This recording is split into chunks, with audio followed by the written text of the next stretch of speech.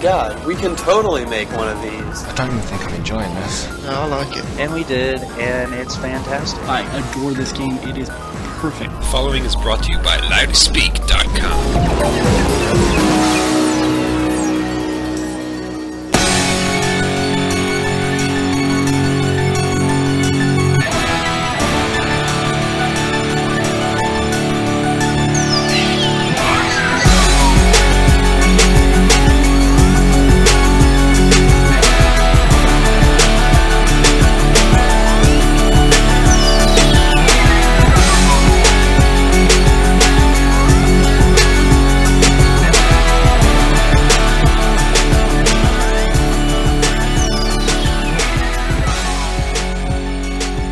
Episode 201 of the ChairShot Podcast is here. We could have called it quits at a nice round 200, but no. We're gonna keep it going. We got momentum on our side. Now we've broken the back of it, lads. Basically, took us 200 to kind of find our stride, but I think we're on the right track right now. I'm one of your hosts, Barry Murphy. With me, as always, are my ever dependable co-hosts, and dare I say, good friends. First of all, Paul Griffin. I would say friends. Yeah. Good friends. Oh, good. Yeah, good friends. Sorry. Chums. And our other pal, our other chum, our other associate, our other friend, Mr. Joe Towner. Welcome to episode 201 of the ChairShot Podcast. Thanks, Joe, for welcoming me. That introduction there. So, you know what day it is, don't you? Saturday. April Fool's Saturday. No, not really. That was an April Fool. Oh, so you've turned it on its head by doing it not on April Fool's. Yeah. I actually got fooled by an April Fool's Day trick, not on April Fool's as well. Wait, well, how is it an April Fool's trick then? Because Saw it later. Red Letter Media put up a best of the worst video, right? Yeah. And I went, oh, new one out, but I didn't actually get around to watching it. Yeah. So I sat down with like a sandwich, can of Coke on the day after. Oh, and no. it was like a 28-minute video. I was like, grand, sit down and watch this best of the worst video. And it's like 2 minutes long. It's like April Fool's, no video. And then it's black space for 25 minutes. Yeah. Yeah, black emptiness. I was so sad. Like the content of Hitler's heart. Yeah, Because I felt for that as well. Because I assumed there'd be a gag coming and then there would be a video, but I was wrong. And I didn't watch it for 28 minutes, but I scrubbed forward throughout yeah, it. that's what I did. I was like, oh, there's no video. That was annoying. Anyway. But yes, happy April Fool's Day. No, what I was actually saying was, it's WrestleMania Eve, folks. We're on the cusp of WrestleMania 30. Weird, in the build-up, they haven't really made a big deal out of the fact that it's the 30th one. You know what I mean? Yeah, not so much, no. It's been more Network and Hogan and Daniel Bryan, and those have been the focuses rather than... But I suppose it's great. It doesn't really matter. It's just another year, really, when you think about it. Yeah, one thing that irks me a little bit, and I know this is like, I got accused of being a Lance Storm style nitpicker. I was waiting for last week's episode to process on YouTube, so I could post the clip on YouTube of you being Lance Storm. Well, here's this week's one. Go on. The little thing that irks me is when they keep saying the first WrestleMania was 30 years ago. Yeah. When it was 29 years ago. Someone got it right on TV. I think it was Rodney Piper on Piper's Pit said 29 years ago. I was like, yeah. But everybody, yeah. But I think I did hear Michael Cole at least once say the 30th anniversary of WrestleMania, which is what they called WrestleMania 25, the 25th anniversary, which is completely wrong. The first WrestleMania was on March 31st, 1985, which makes it 1985. 29 years ago and a little bit. One thing I realized. Hang on, let me read. Someone, Bubba Ray Dudley actually tweeted that the Triangle Ladder match from WrestleMania 2000, sorry, I'm all over the place today. From WrestleMania 2000, WrestleMania 16, was at 14 years ago, sometime earlier this week, to the day. And I think, fuck, when I think about when that match happened, to me, like, what was 14, so 1986, so that would have been what, WrestleMania 2? Yeah. So, when that match happened, the idea, like, WrestleMania 2, to me, was like ancient fucking history, like, generations ago. And now that's how many years ago that Triangle Ladder match is, if you get me. Yeah, it's that long ago again. Yeah, It's that long ago again, so it's like I'm old now. I'm doubly old. I know. It's so weird that even stuff like the heyday of time Steve elapses. Austin now is like 16 years ago. Yeah. You know, I mean, God, it's crazy how far away we're getting from it all. But we've spoken about this before, like the whole Attitude Era callbacks. It's so long ago now that I don't know. It's just not. I don't know that a lot of people even remember it unless they watch it on the network. No? If you have any opinions on time and space and how fast they move, ChairShotPodcast.com. There's an email us tab. Don't forget to use it. So we got lots of stuff to talk about this week. We got WrestleMania build-up, we got predictions, we got Raw, we got news, we got all the usual stuff, you know, all that good stuff. I don't believe we've any major news. Let's just plug everything at the start this week instead of at the end. Oh yeah, we said we do that. Right, listen, listeners, right, this is a new approach, right? We're going to meet you halfway, right? Instead of waiting until the end to plug this, we're going to do it now. Right, listen. If you go to ChairShotPodcast.com, there's an email us tab. You can click on that. You can email us any subject of your choosing, wrestling related or otherwise, and we will read it. It can be a question, it can be a suggestion, it can be a joke, it can be feedback, it can be a rant, it can be whatever you want. Now, we always plug that at the end of the show, but I realise that was maybe silly to do because maybe there's a bit of a drop-off. I can't imagine why. But on the off chance that's true, we're getting in nice and early, getting that plug in, really fresh. We're going to lube that plug up. We're going to put it right in your face nice and early, right? So ChairShotPodcast.com and click on the email us button. And yeah, get in touch with us about whatever is on your mind. So good, we got that. That's done. We got that out of the way. Emails are going to come later. We all have emails, I'm sure. We're going to discuss a plethora of subjects as we always do. So yes, there we go. ChairShotPodcast.com. Email us. We greatly appreciate any and all emails. So there you go. What else we got coming up? Oh, we've got us talking about our life and that. We've got WrestleMania predictions and a whole lot more. I'll tell you what I was doing earlier today. Given that this is a wrestling podcast, Is it? I for the first time watched an episode of the OSW Review, which is a popular wrestling YouTube show. Yeah. And oh man, let me tell you how much better it is than ours. Really great, really funny. All Irish cast, so I'm not making any connections, but you know.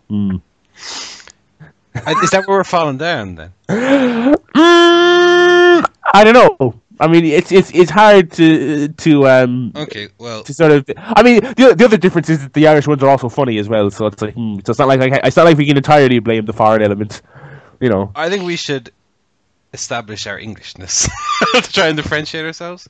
Okay. So Love a duck, mate. The thing is, there's we there's could bring also back. a podcast called the Attitude Era Podcast, which I think was inspired by OSW, and they've got one Irish guy and two English guys. Why are we plugging all these other podcasts? Is that one also better than ours? Nah, it's all right. I haven't heard it yet. I just downloaded a load of those. Yeah, it's quite good. Yeah, There's a lot of the Anglo-Irish podcasts that have followed in our sort of wake. footsteps, yeah. Why is it that we're so good at podcasts and everyone else from every other country is terrible? I mean, unless there's sort of a podcast in South Africa that's really good that we haven't heard about. Fucking prods. The people here, accent that's supposed to be. the Irish and the people on the British Isles, we seem to be dominating the podcast game. But seriously, I checked out OSW Review on it's on Botchamania.com and YouTube and stuff. Very good, very funny. They basically just break down a pay-per-view, a show, and they talk about the lead into it and the card, and it's very, very good. Highly recommended. Check that out. Also, Don't check it out. What else? what do you mean? Don't check it out. Don't bother. Listen to our show instead. Fuck it. Nah. No. What's I tell you what I have noticed, right? A lot of podcasts, including OSW Review, have shirts. When are we getting merchandise? Barry. We don't lose a rake of money on pointless endeavors. Yeah, exactly. Fair enough. Hang on, I don't think. Oh, maybe it does cost. I don't know. We need fans to buy the t-shirts first. Scott would buy one. That's one. That's one. Alright, tell you what. Let's save money. I'll just buy a plain white t-shirt and scrawl CST on it and just post it to him. Yeah. CS what? T. YT. ChairShot t-shirt. Yeah, CST. What the? Right, it's you don't just scrub one of the words out and put T-shirt over it. Well, you can. Well, we're doing it. I didn't buy a CMT T-shirt at that house show. CMT. CS jeans. Punk. Oh God! I imagine the three of us going to like. In the tunk. I imagine. I imagine the three of us going to WrestleCon or something like that with shirts looking like pin pals before Mr. Burns got involved. Just ChairShot Podcast .co written on the back because we haven't enough room. You can do it, Barry. You can do it, Barry. Make those T-shirts and then you can marry. Oh, anyway, so yeah. So by the way, don't listen to watch those things. Just ChairShot Podcast. Go on, Barry. Whatever. Anyway, thank you to everyone, by the way, who listened to episode 200 of the ChairShot Podcast. Yeah, we got a lot of feedback for that. And said nice things and talked about their favourite bits, and we greatly appreciate that. I've been trying to plug the show a little bit harder on my Twitter lately because I do enjoy doing this show, and I think we are turning out a good product. And I would like people to listen, so I'm going to do that more. I'm going to try and as soon as Paul gets those YouTube clips up, the last 2 weeks are processing as we speak. By the time you hear this, they will probably be ready to go. So if you want, you can go to ChairShot Podcast on YouTube. That's youtube.com/ChairShot Podcast.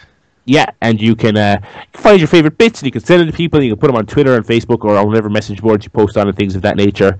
And spread the good word. Someone in the feedback we're getting for the episode reminded me of Joe's, during the quiz, I don't remember what the question was, but Joe guessed the Patriot. Yeah. Patriot, you say? The Patriot, you say? No. No. And I spent, like, a good 30 minutes looking for that clip. That's super early. I didn't think it was. I was looking around, like, episode 80. No. It was like episode like 32 or something. Yeah, this is. I believe it was so long ago. It was just kind of out of the opening doldrums, as it were. Yeah, because we were using that WWE style intro with hello. Yeah. All the other sound bites like Hacksaw Billy. What? Don't remember. I have no recollection what that was about. I remember saying that, but I don't remember what I was doing. I don't remember the context. I remember that. And see, we don't need to worry about listeners tuning in at like episode 150 or something and not getting the inside jokes because there aren't that many because we can never remember what they are. So we just move on and make new ones. They don't put towel around his waist. Yeah, I remember that one. Right. I do remember that one. And then I found eventually on one of the earlier ones. I think the one I actually found it on was like episode 46 or something. Had the intro where that was actually part of the intro with the Patriot, you say? Yeah. No. And it was brilliant. It was Joe answering some variety of trivia question that I was asking, and he was obviously wrong, and so I said the Patriot, you say, and then he immediately realised. Yeah. Can't remember what the question was, though. No, neither can I. But fun times. I mean, thank you everybody who's ever listened. But especially this is why we need other people to come in and do quizzes about our bits, our famous bits from over the years. I know. We can't do it ourselves. It's. I think that's a good thing, though. I mean, it shows that we're not so, into ourselves and so egotistical about our own show. I guess. I don't ever listen to it. We do it. We're there live, and then life goes on. Running jokes are for losers, bro. So just cut those out. Yeah. Fresh, new, original. Yeah, we don't live in. We're not about catchphrases and things here. We're about references to other shows that are funnier than we are. Yes. And 10-year-old sitcoms and things. Yes. A scrambled egg, boo ba doo ba doo. By the way, ongoing Paul watch. Have you still not watched an episode of Frasier? No. You can get the entire box set in CEX for like £4 or something. I've had enough time watching shows that are actually on the air. Frasier's on the air. It's on Channel 4 every morning. Yeah, and it's probably on circulation on Comedy Central. I can probably turn on Sky and find it on right now on some channel. Well, Comedy Central has basically 3 kinds of programming: Friends, Frasier, and things with Charlie Sheen. Speaking of things with Charlie Sheen, my favorite type of news story is to read one online. It's the little kid from 2.5 Men going, "I fucking hate myself. I'm a fraud and a liar for doing that show for years." Even when he was still in it, he was saying that to the news organizations. Oh. Anyway, what are we doing? We've been rambling here about nothing, talking about other podcasts and such for 20 minutes. I have a question. What did you lads get up to this week? Oh, slaving over a hot spreadsheet at work, and then that was that. And then today, what did I do today? Watched a bit of football. Yeah, sweet. Well, this is how we can tap into our to that British success demo. Oh, what a terrible sentence that was. You talked with football. Tap into the British success demo. I didn't watch football. I also didn't even wake up to watch the rugby that my team was in. So whatever. What team's that? Munster. Is Liverpool Munster? The Monsters, we're the Monsters. Munster are like the team when they win, they come through Limerick with the trophy. Right. God, Jesus. I bet they don't go under 30, do they? Jesus, quick, lads. You watched the match. He watched the Munster match. I've never seen the Monsters, by the way. Oh, that was the theme they used for that Daniel Bryan video. Something about monsters. Really? Imagine Dragons or something. Oh, Imagine Dragons. They're not a very good band. Well. Have you ever been in a band, Paul? I have been in a band, Joe. What was the name of that band? The band is called Joey You Have No... Real Dragons! No. Because we had a friend called Joe. Not you, obviously, but another Joseph. What was it? And his family had no car. So we called our band Joe You Have No Car. Oh, that is the worst shite ever. Cute little inside joke for a name. Well, we played a gig at the school, so everybody was aware of the joke. Oh, so you knew your audience, yeah. Yeah. Pandering. Pandering to the audience. It was very much the equivalent of your sort of, yes chance willy-nilly. Like when the Big Show did the yes chance, because he knew everyone would do it, even though it's not his. We're competing with Ring of Honor television tapings, by the way, currently. All right. Yeah. In what way is it competition? So are people at it? They might be at home listening to this. What we should have done Even though we're not live. Should have been a hijack ROH movement. Just hold up your CSP signs and you mean the pay-per-view signs and. Oh my God! Sorry, I know it's WrestleMania Eve and we should be happy and joyous, but this fucking hijack mania! Oh my God! I don't even know if it's sincere or if it's a joke. It is. It's sincere. Hang on, I'm trying to find it now.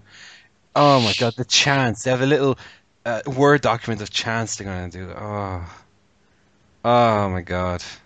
Hang on, let me see if I can find this now. Yeah, WMXXX crowd. I was looking through the tweets, and it's as if I don't think it's a parody. I think it's real. It's like it's being run by like a 12-year-old. Maybe it could be. It probably is. Yeah, I'm going to find this. Just so everybody knows, okay? These are the chants you must do if you're going to WrestleMania. Let's see if I can find this document now. I know there's a link here somewhere. Oh, God. Where is it now? Stall! Quick! I've gone by. So, Barry, what have you been up to? Oh, good. Yeah, You done? I have. No. Oh, good. Oh no, it's okay, Joe. We stalled. That was seamless. Well done. So here's the chance for WrestleMania. Okay. First one on the list is Jerome. So What? Get your Jerome chance in. Wait, what? Yeah, I have no idea. Who the fuck is Jerome? Who the fuck is Jerome? I don't know. Are you looking at the right thing? Are you sure you're not looking at like you the go. people main eventing WrestleCon? No, chant. It goes chant list. Okay. Jerome, you screwed Savage. You have to be looking at the wrong list. No, There's no, no way it's here, it's it's here. real. This is here. You screwed Savage. Boo. Oh, yeah. They're going for the more abstract. Yeah. Who's on there?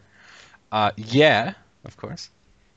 Wait, what? Yeah. Yeah. Yeah. Instead of Oh, yeah, yes. Yeah. like Danny Bryant says, yeah.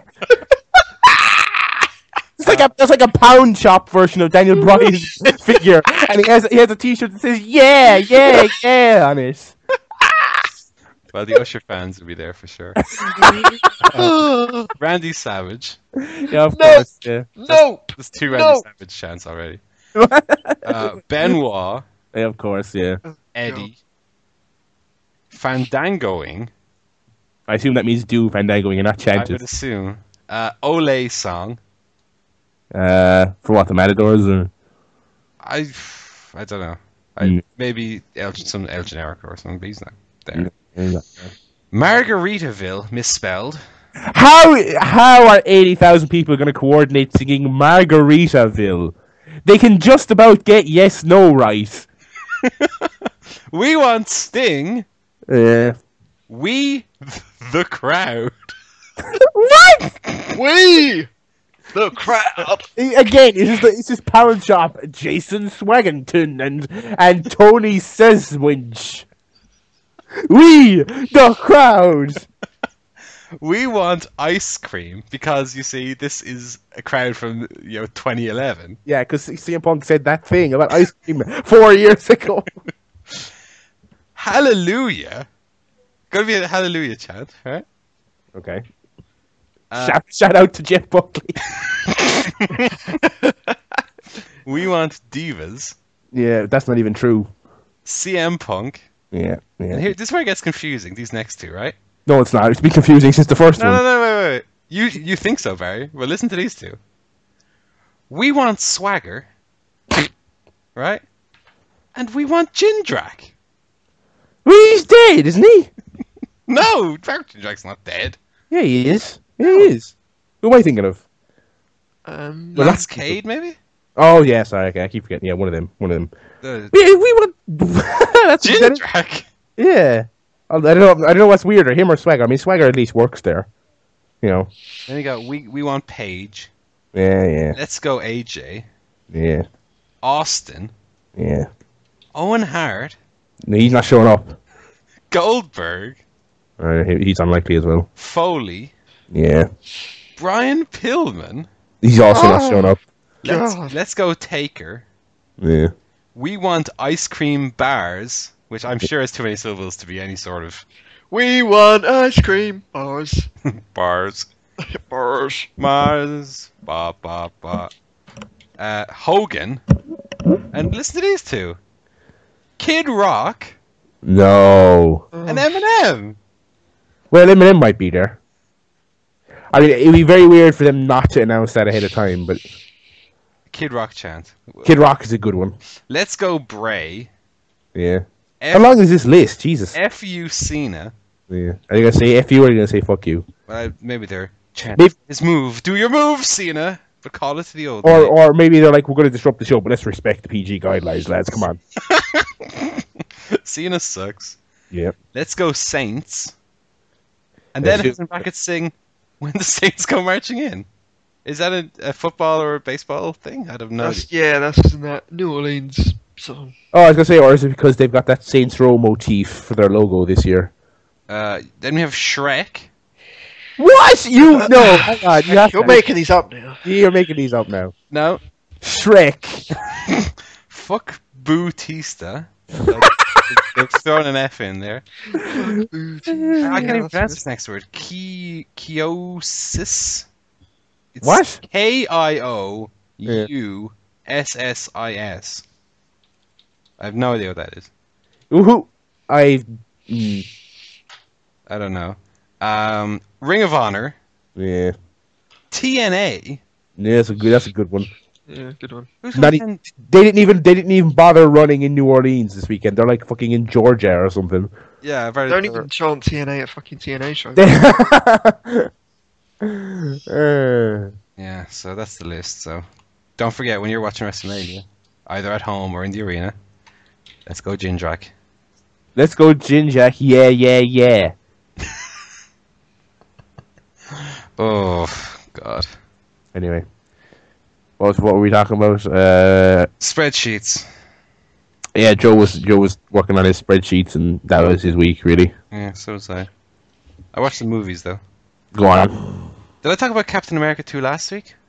It wasn't out last week, so no. I don't know if I. Okay, well I saw Captain America 2 in that case. If I already spoke about it, I'm sorry, but Well, you didn't. well, Captain America 2. I know you watched Captain America 1 this week, right? I did. And I agree with you that it's a very dull, uninteresting film. Yes. I would hover around the 4 or 5 out of 10 for Captain America 1. I didn't rate it because I didn't finish it because it was so boring. Captain America 2 is fun. Captain America 2 is a drastic improvement in terms of... Captain America 1 is very much the Lance Storm, if I can be serious for a moment. And Captain America 2 is Lance Storm when he came out and danced and was wacky. I say that was good, that second one. I had a perverse enjoyment for it. I bet you did. No, Captain America 2 is sort of tonally more like Avengers than Captain America 1 was. Okay. Which I know you didn't like either, but Well- I much enjoyed Avengers. It's a bit more lighthearted and it's a bit more Right, yeah. action-packed. I know some people really like the first Captain America because it's not so similar to all the other ones, but I just found it very dull. Yeah, but yeah, exactly. It's not like the other ones, but it's also not good in its own right. Yeah. So I watched Captain America 2 last week. No, I did talk about it last week because I was talking about the what irks me is when they have technology that doesn't actually exist. Oh yeah. So I did talk that about was also another stupid Lance Storm criticism of yours. Yeah. So anyway, we watched this. So, following from that, we watched a really good movie. It's My Love for Prisoners from last year. Yeah. Yes. I watched another movie by the same director. It's a French language movie called Incendie, Right. which means fires, which was really, really good. It's a lot less conventional than Prisoners. Prisoners is very Hollywood. Yeah. But this is very it's like watching like world cinema. And it is Canadian. It's half Canadian, half like Arabic. That sort of background. And it's that sort of mix. Yeah, I know what you mean. That's what it is. It's really super good. It's French language, so I was being all smug on. Don't even need these subtitles. Give me can't understand what it's saying over there. You put your own hand up. Excuse me, Usher. Is there any way we can turn those subtitles off? We're not idiots, okay? Oh, what? You all need them? Oh, okay. Well, fair enough. Just so you know, I don't. No, I wasn't watching this. Do any of you need computer help? Because I can instruct you in a manner that would help you. Also, I can do it in a language that these characters will understand.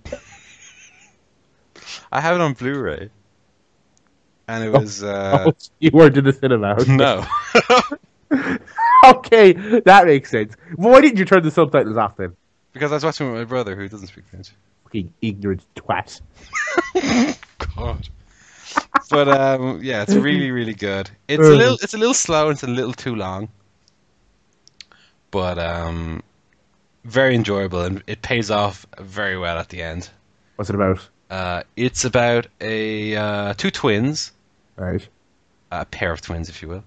Who? Wait, no, hang on. A pair, as in 4 people, or No, a pair of twins.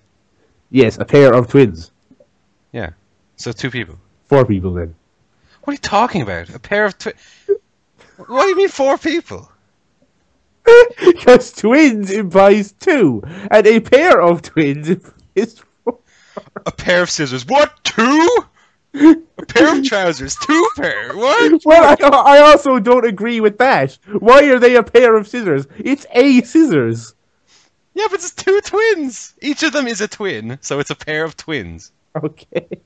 Anyway, their mother dies, and they are given in the will. They're given each letter, one to present to the brother they didn't know they had. Okay, so how many letters we One need? to their father. 2. A pair of letters. So they have to go find this brother they didn't know they had, and find their father, and Right. really, really good, really, really good. So if people have any sort of tolerance for subtitles, go watch Ansondy. It's really, really good. And what was the other movie I watched? God damn it! Last Action Hero. You also discussed that last Did I? Yeah. I must have watched something else. I know I've watched 2 movies. Talk about that. It's action, and it was good, but it was also lighthearted, and It was very lighthearted. Let me have a look here. See what. I'm sure I've watched another movie. Anne Sundé was really, really, really good though. Yeah, check her out.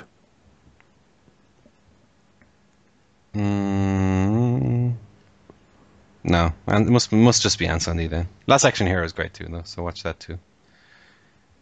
Yeah, that's it then. Anne Sundé. Well, Read good. I as well as watching the first hour of Captain America and then turning it off, I also watched I also watched a half hour of movie 43, which I thought would be amusing in a bad way, and it turns out it wasn't. It was just very bad, so I stopped watching. That film is terrible. Which one? Movie 43. Oh really? Yeah, I've heard bad things for sure. Yeah, it's precisely as bad as you think it would be. I mean, it's just not very good at all. What else did I get up to this week? So yeah, that and Captain America, thumbs down for both of them. The first Captain America, that is. I started watching Sons of Anarchy on Netflix. Okay. Just to mix it up a little bit because I was watching a lot of comedies. I watched the first episode. I've still only seen the first episode. Good first episode. Very solid. Looking forward to checking out more of it. Not amazing. Not the second coming of The Wire or anything like that, but good. It's got a great cast. Ron Perlman, Katie Segal, got a lot of good people. So yeah, I'm looking forward to getting stuck into that. And I'm still watching It's Always Sunny. There's a lot of that. So yeah, I'm about halfway through the fourth season, I believe, and I'm very much enjoying that. So yeah, that's been my viewing habits this week. I'm hoping to get through It's Always Sunny in the near future. I also played some Splinter Cell, the video game. Mm-hmm. That is also very good. I played the old ones, but not that much. And I just really like it. I like being all sneaky. It feels like it's a lot more accessible than Metal Gear. I'm not a big Metal Gear guy, so I didn't get the new one, for example. So I really enjoyed that. So yeah, very happy to be indulging in some media again. I submitted my project 2 weeks ago, as I discussed on the show, and I had some elective work I had to do last week, and I got all that done. So now I'm kind of in the cruising period where I'm basically just killing time until the end of the semester. So the bulk of my university career is behind me, and I'm preparing to go out into the big bad world. Yeah. In it, and by preparing, I mean doing nothing. I quite like Splinter Cell as well. I only played one or two of them, but I thought they were fun. I got the new one really cheap. It's like 20 quid in CEX, and it's really, really good. And I played that multiplayer as well, and that's also very, very good. Mm-hmm. It's a rare thing where they kind of have stealth in the multiplayer. So it's basically one team is a first-person shooter kind of experience, and the other team plays as basically Splinter Cell characters, and it's very, very interesting. I really enjoy it. So yeah, I'm enjoying all my media intake this week. Cool. I also watched Raw from beginning to end in completion. Wow. I did not watch Impact, but I don't think you've missed too much. No, I've watched. And I also watched nothing from WrestleCon. So yeah. Well, I was playing some Mario World as well, so those videos are up on the ChairShot Podcast YouTube as well. If anyone wants to watch me be really bad at a video game. What? Oh yeah. The 2 new Mario World videos are up right now at youtube.com/ChairShot Podcast. So a lot of stuff on that YouTube. Every episode we put out is up there in full, as well as all my Mario videos, which are full video content. If you want any of that from CSP, it's just me, no Barry or Joe, playing Mario World. So no rush. Really fun times, baby. No, I'm on part 8 now, and yeah, it wasn't. Let's just say it wasn't a good day in the Mario World run through. I think there's only seven proper worlds in the game. Yeah. And I'm just at the end of World 5, so we're getting there. Really? It's funny, because, no offense, but it seems like you make no progress every time I watch. I make progress. But it'll take you, like, umpteen attempts. Well, that's how video games work, Barry. Sometimes you don't get on the first try. Sometimes you fall down the hole, even though it's obvious how to not fall down. And then sometimes, like today, I ran into the same enemy, like 8 times. Yeah. See, that's what I'm talking about, yeah, because I watched you play the same section For a full video. for a full video, yeah. That was really hard, that level, though. And he spent all this time trying to learn how to fly, and then when he figured out how to fly, it's a whole other issue onto itself, is how to do it well. Yeah, exactly. Anyway. What about you, Joe? Well, we've already done Joe. I don't know if Joe was even there still. Nope. No, sorry, I had my microphone off. Oh, okay. He's been talking for 20 minutes. Oh no. I didn't really say anything, to be honest. Don't worry. Oh, okay, good. Okay. Well, should we move on to emails then? I think we should. Email. We've got emails. Let me show. Oh, it's our weekly feature. Barry checks his spam folder. We'll just hurry up and load here. By the way, I apologize if I drop out of this call, listeners. The old laptop is a piece of shit. It doesn't seem to be anything. Spike TV sent me emails. I don't recall signing up for them. Let me see here. Delete all this. No.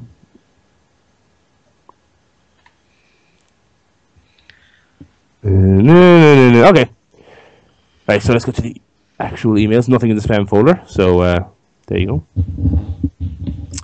Alright, my first email is from one Scott McAvoy. He says, "Good afternoon, Barry. I want to thank you again for having me on with you and the lads last week. I had a blast talking with you and really enjoyed hearing your reactions to the quiz. Looking forward to another great year listening." Thank you very much, Scott. We greatly appreciated it. With ROH doing Ladder War this weekend and Money in the Bank months away, are there any wrestlers that you haven't seen in a ladder match in the last couple of years that you'd like to see? I didn't realize that I missed Shelton Benjamin until I remember how good he was in ladder matches. Now that you're about done with university, if you could have one company call you and offer you a job, who would you like to work for? I'd also like to hear who Joe and Paul think you should work for. Hope you have a good weekend, Scott. Thank you very much, Scott. As for wrestlers in ladder matches, that's a tough one. It's probably been, I don't know. I was going to say it's been a long time since we've seen Undertaker in a ladder match, but I don't know if that would be a good idea. Oh, I know. Brock Lesnar. Put him in Money in the Bank this year. That would be awesome. I'd quite like to see the Shield in another match. Yeah, that'd be good. That'd be good. They did the TLC. No, they weren't in the TLC match, were they? No. They were, yeah. Were they? Which match was that? Their first match. At TLC. Was it a TLC match, though? Yeah. Really? Their first match, yeah. With Team Hell No and Ryback. Alright. I don't remember what was on the line. What did they have to climb the ladder for? Maybe, was it a tables match? No. What? Are you Oh, no, it was TLC, but it was pinfall submission. Yeah. Oh, it was a pit. Okay, I see what you They mean. just had a bunch of tables on his chairs in the room. Okay. Also on that show, Team Rhodes Scholars defeated Rey Mysterio and Sin Cara. Oh yeah, that was the one with the great finish where Sin Cara's like springboarding into the ring and Cody pushes him off and he goes flying. That was great. Yeah, this looks like a terrible show. Oh no, wait, it was good. It showed. Anyway, if someone could call me and offer me a job. Oh god, I don't know.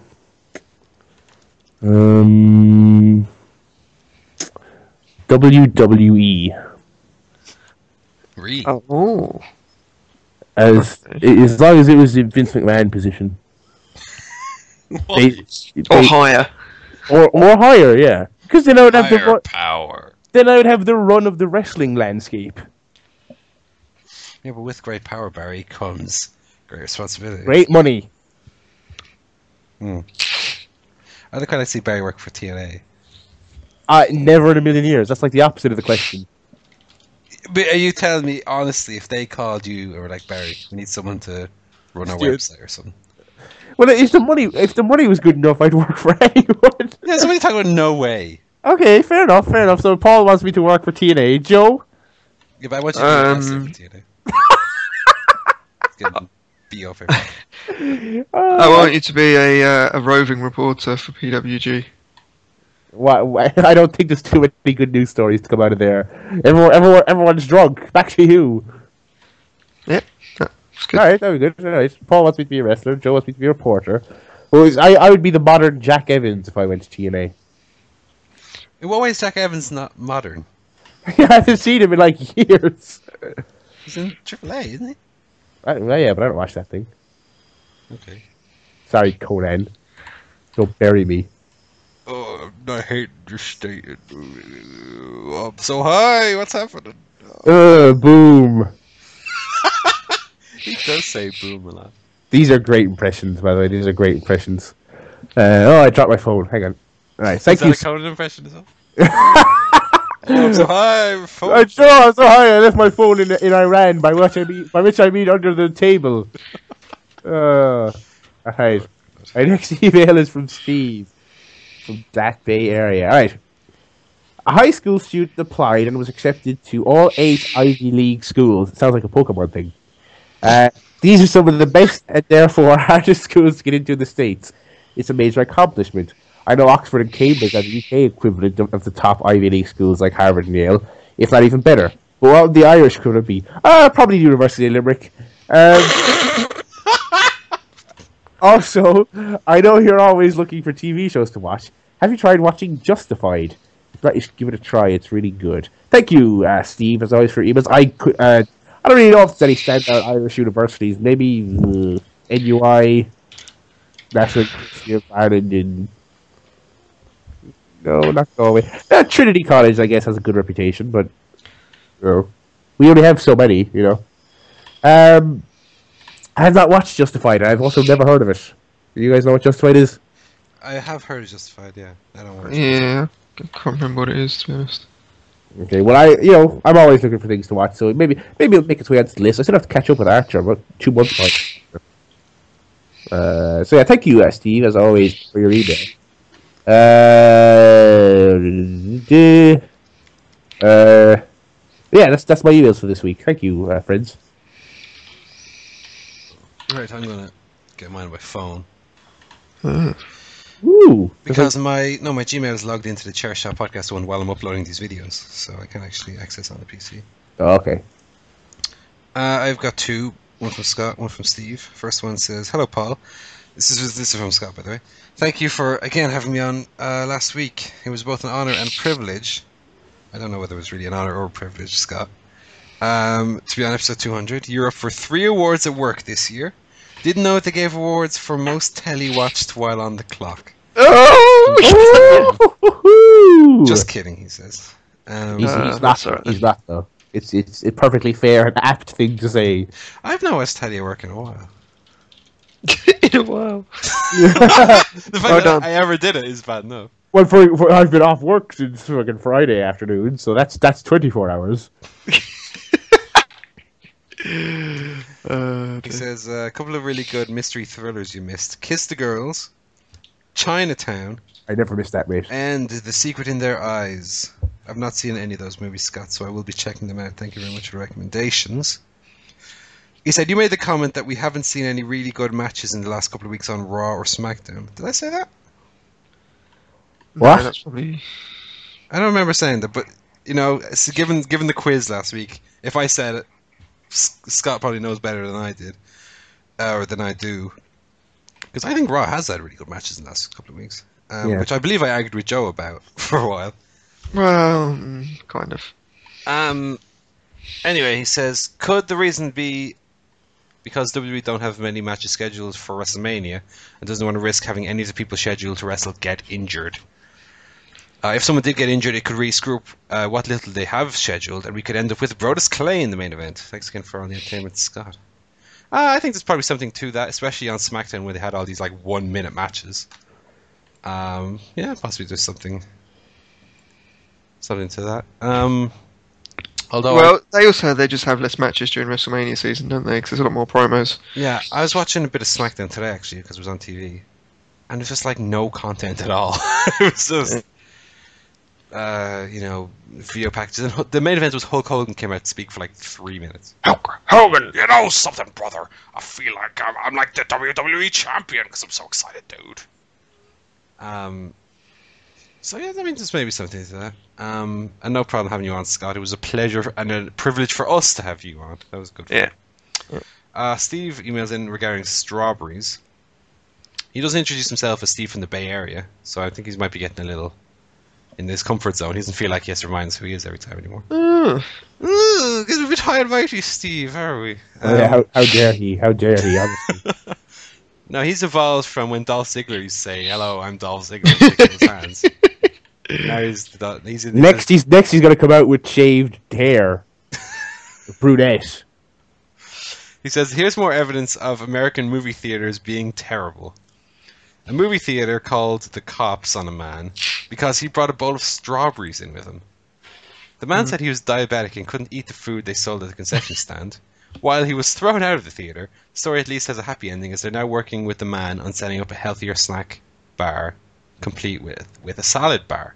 He says, "I know when I worked at a movie theater, people were always bringing whatever they could to avoid whatever they could order to avoid high snack bar prices. Since I was being paid minimum wage, I had very little interest in stopping anyone. One couple brought a picnic basket full of food in one night, complete with plates and silverware. I always try to bring food or drink in with me. What's the most... God, I can't speak it out today. What's the most audacious thing you've tried to bring into a theater? Or are Irish theaters much friendlier towards outside food and drinks?" No, I've always been of the opinion that they're watching you like a hawk, so you need to really conceal. Put all the Coke in your pocket and the sweets in your pocket and the bag under your arm. And I don't think they throw anyone out for bringing stuff, but certainly I think that it's frowned upon in Ireland. I can't speak for London or Limerick, but in my experience, that's how it's been. Generally, I just buy the extortionately priced popcorn and Coke because I like it. So I don't mind paying that much for it.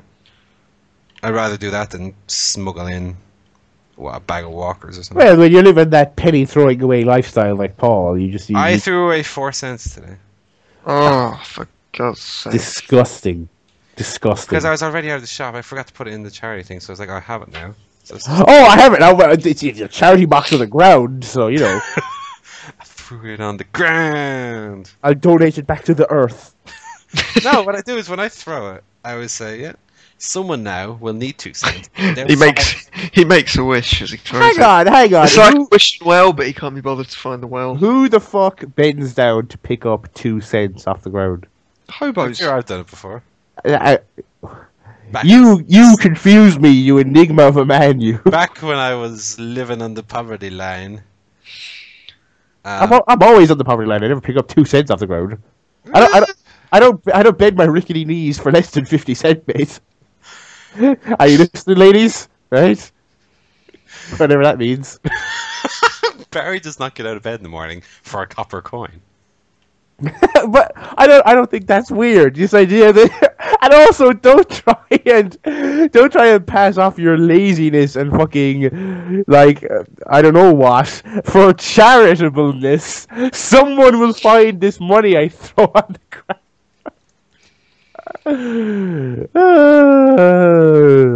Paul. What?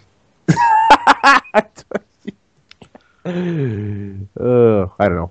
Anyway, what are we talking about? Yeah, bring stuff into the cinemas.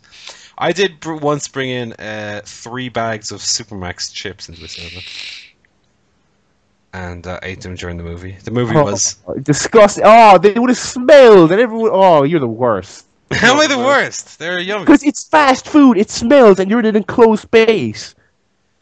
Yeah, but the movie was Legally Blonde too, so who cares? Oh, that justifies ruining it for other people. Yeah, it does. Because it wasn't Anne Fouré or whatever the fuck you were talking about earlier. Fucking subtitled French wanky nonsense. But because it's a shit film, I'll stuff my fucking face during it with stinky hot food. God almighty. Oh, that's terrible. I don't even. I don't even like it when people get on the bus and sit next to me with chips, and that's the bus. I'll try and avoid that. That's I'm drunk. Yeah. In which case, it's fine, apparently, according to Paul's logic. Oh, and also Supermax is shit as well, so it's not even good fast food. I really don't like Supermax either, but So so shit film, shit food. So really, I'm solely hurting myself here, lads. You think you're suffering having to smell it? Oh, I'm eating it. God. Oh, Reese Witherspoon, why is she dead and not Brittany fucking Murphy? Oh. what? There's a bit of a jump in logic there. Oh, dear. Because she could be legally blind. She's blind and attractive. That's all you need to be in that film. Anyway. I don't. What? Anyway, it doesn't matter. You're weird is the point of this conversation. I did that once. Okay. I did it once. No, like I say, I generally don't smuggle anything into a movie. I do it all the time. Ugh. Why? What's wrong with I that? hate when people smuggle stuff in because you get the fucking cruckling of the crisps and they're pulling the bag open and What do you mean? You buy that stuff in the lobby as well? the can. No, I buy a box of popcorn and a Coke. Big slurpy drink. No. I don't slurp down like a hog. I sip. Like a hog. No, I sip like a baby with one of those little mugs. What are they called? Tippy mug. Sippy cup. For the record, I haven't done it a lot lately because I won't go to the cinema unless I really have enough money for because I love the Coke out of the dispenser and I love the popcorn. So yeah, I do most of the time I do buy it, but yeah, just pop a packet of buttons into your pocket, like whatever. Fair enough. If you want to bring in food to avoid the prices, fair enough. But don't bring in the loudest containers like cans. But how loud is it really during the trailers? So what? I'm trying to watch the trailers. I need to know. Oh, shut up. You're surrounded by 5 speakers, you fucking clod. I'm not, unfortunately cinemas don't come equipped with nose plugs for when you're eating your fucking big Mighty Mac. I've never eaten. What is a? It's the biggest burger they sell in Supermax. Is it? I don't know. Yeah. They're nice. No. Supermax is fucking disgusting. But yeah. And so are you for bringing buttons into a cinema, you little. But do you know what the worst is as far as cinemas go? These people who buy like fucking nacho cheese and hot dogs and stuff, like they're at a sports event. Popcorn is a movie food. Nacho cheese. Oh, I can't even sit beside someone with it. I need to move. Food in an enclosed space shouldn't stink. Unless you're doing it because Supermax, like me, did that one time. That's allowed. No cheese. Joe, have you got any emails? Yes, my first email is from Scott McAvoy, who says, subject, great debuts. He says, first off, thanks for letting me join you guys last week. I had a great time chatting with you, and hopefully I'll be able to join you on episode 300 for another quiz down memory lane. No, you're banned. With WrestleMania coming up... Scott, I'll probably have died by then. Yeah, we'll get Paul on as a guest via some sort of medium. With WrestleMania coming up, I got to thinking about how Fandango made his debut there. Did he? I don't remember. Was that his first ever match against Jericho? No. Yeah, it might have been actually. Yeah, I think it was. Oh, he was doing the gimmick where he wouldn't wrestle because I said his name wrong, wasn't he? Yeah. So maybe that was it, yeah. Well, it was under the Fandango gimmick, anyway. Was there ever a debut of someone who made you remember what they did, but the wrestler never amounted to much? I mean, other than the gobbledygooker. I remember when the Samoan SWAT team debuted, and what I remember is that they wrestled a jobber team and beat the first guy in the ring to the point where he really looked like he was unconscious, dragged him to the corner, tagged his partner in, who then looked absolutely horrified that he was going to have to get into the ring. Hope you enjoy Mania, and have a great weekend, Scott. Impactful debuts. Taz. Yeah, Taz in WWE, that's one of my favourite debuts actually, but then he did absolutely nothing afterwards. So, yeah, it's a good example. I would say, at least at the start, Chris Jericho. I know later on Chris Jericho... Who never amounted anything. No, but I mean initially, because he debuted in a segment with The Rock, and then went straight into feuds with Ken Shamrock, X-Pac, and Road Dogg. And it wasn't until... for a while that he actually amounted to anything. Like, it was such a step down immediately after the debut. But that was only initially. I know that ultimately he did amount to something. Who else would have a big debut that never amounted to anything? Lashley, to an extent, as well? I guess. That was on SmackDown, though. His debut. I remember his debut when he first came out. The radicals that weren't Chris Benoit and Guerrero. Yeah. That was a great debut. That's true for sure. I think it was. Sure, there have been some recently, but Yeah. probably some of like the NXT guys. I think some of them had like good debuts on that show. Yeah, They'd the never Nexus. get so far. The Nexus. Nexus, yeah. possibly.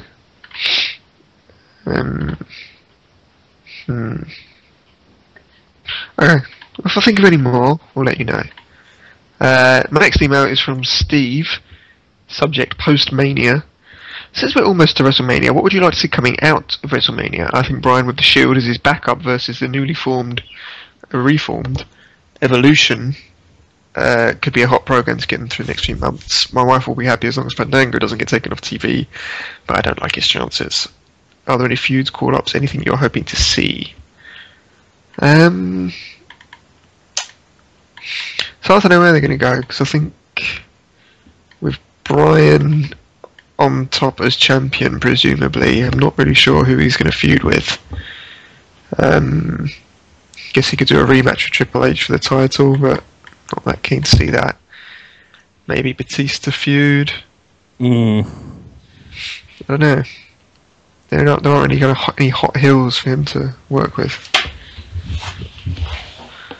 Other than that, I'd like to see the Shield have another good six-man feud, but again, I don't know who with. It's quite scarce at the top. Hopefully, they can bring some new people through, get a few hot acts going. Yeah. So it looks like Cesaro is going to be turning face soon as well. So even fewer heels kind of on the horizon. Yeah, I think that should be, I'd say, held off till Raw, the Raw after WrestleMania. I think that could be a big deal there. Yeah. Because they're on the pre-show of WrestleMania. Yeah. And I think that'd be a wasted opportunity if they did anything there. Unless he does it during the show. I don't know. I don't know. We shall see, anyway. He could come out and enter the Battle Royal. And swing the trophy around. He could swing someone out, and that could be the final elimination. El Torito. No, El Fandango. He's Spanish now. That's his new gimmick. He's a... No. What's that Spanish? It's El Fandango. What's that Spanish dance called? The Scaramanga. No. The Fantango. Spanish dance. Tango. That's Spanish, isn't it? The Fantango. Fantango. Oh, apparently it's actually originated between Argentina and Uruguay. Close enough. Spain. Fantango. Very good. Yeah. That's all me, man. Is that it? Yep. Well, good stuff. Thank you, everybody. Thanks, everyone. So it's WrestleMania week. Yep. And apparently Steve Austin's going to be at WrestleMania. Is he going to be opening a With can CM of Punk. audio whip? They're reforming the Hollywood Blondes. Well, maybe that's why there's going to be a Brian Pillman chant. Yeah. Hollywood Blondes. What's Austin going to be doing there then? I don't know, but I'm sort of happy that Austin hasn't been on WWE TV so much lately anyway.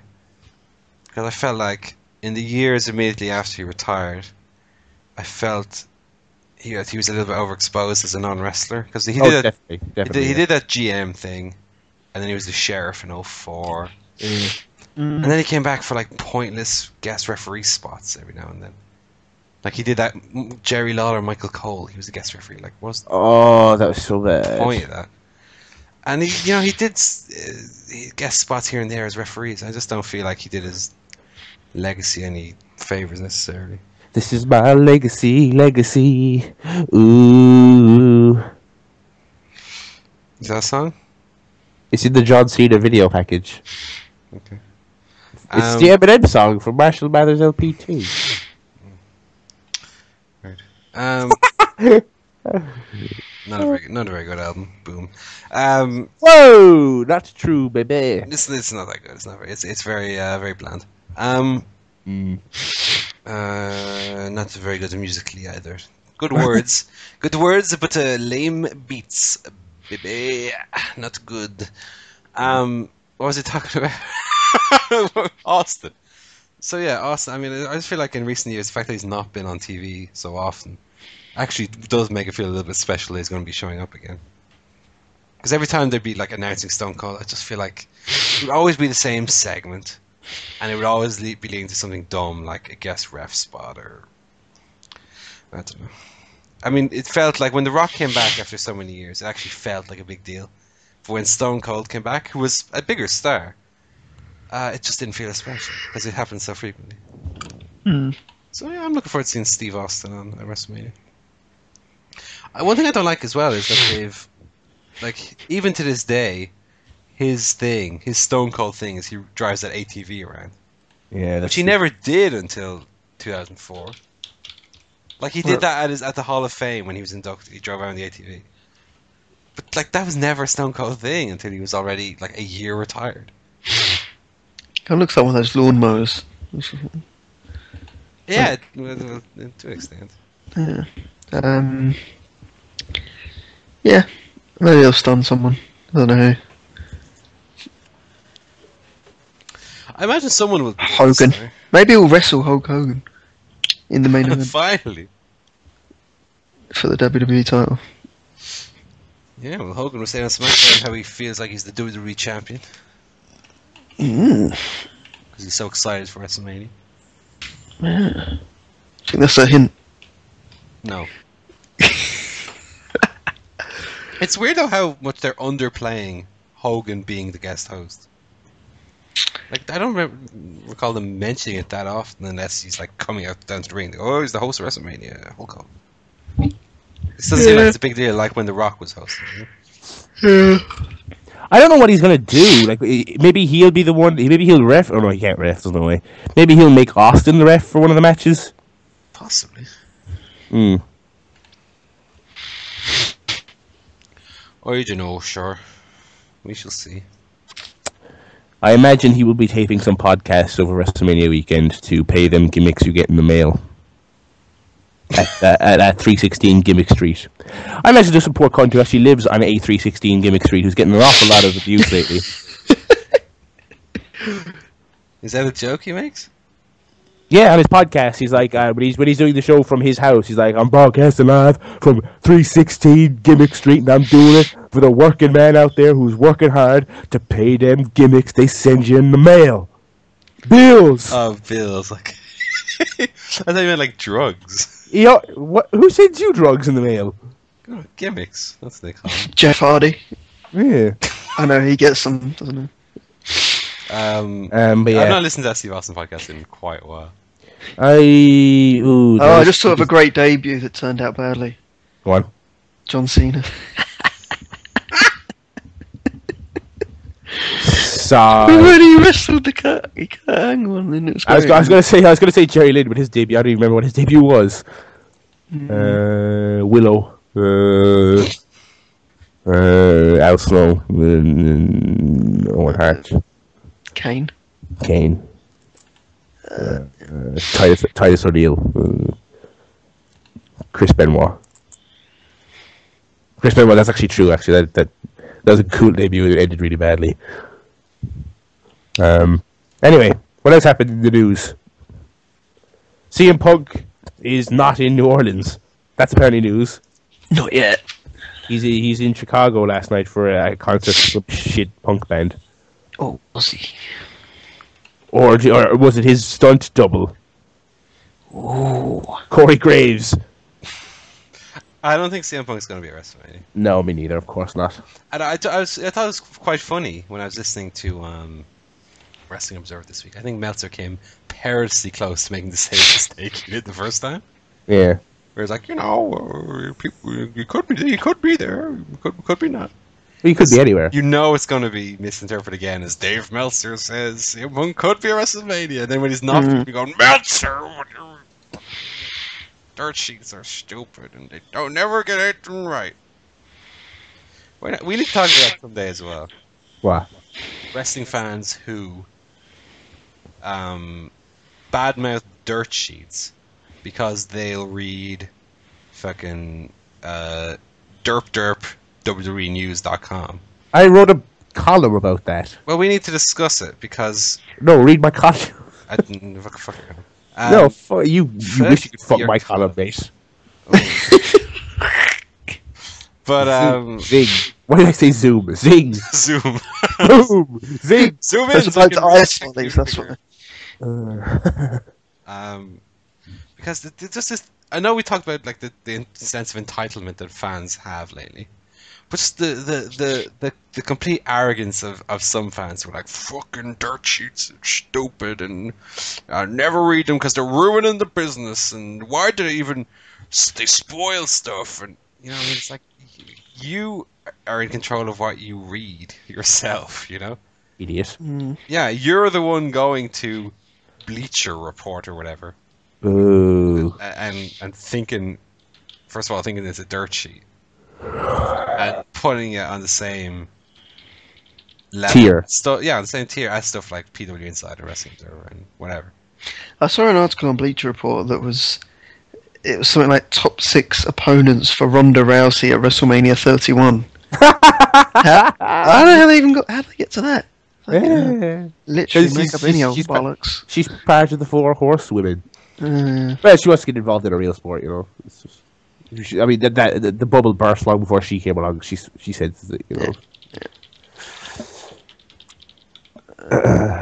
So, what else is in the news? Also, wrestling dirt sheets are no worse than actual newspapers, to be fair. Yeah, of course not. Like, if you've ever read the football news in any of the tabloids, Well, that's literally just made up. Well, let's look on the Daily Mail Ooh. sport section. Anyone fucking any baked goods this week? Possibly. Okay, we got one here. Is that part of the pitch inspection? Vincent, Cardiff chief Tan splashes pitch before clash. And it's literally, the whole story is about he had a mug of water and he threw it onto the pitch. Oops. Was the mug available for comment, or? No. But they got a whole story out of that. Big news. Vincent Tan is taking a stroll on the pitch ahead of Cardiff City's crunch clash with Crystal Palace before giving the turf a bit of last-minute watering.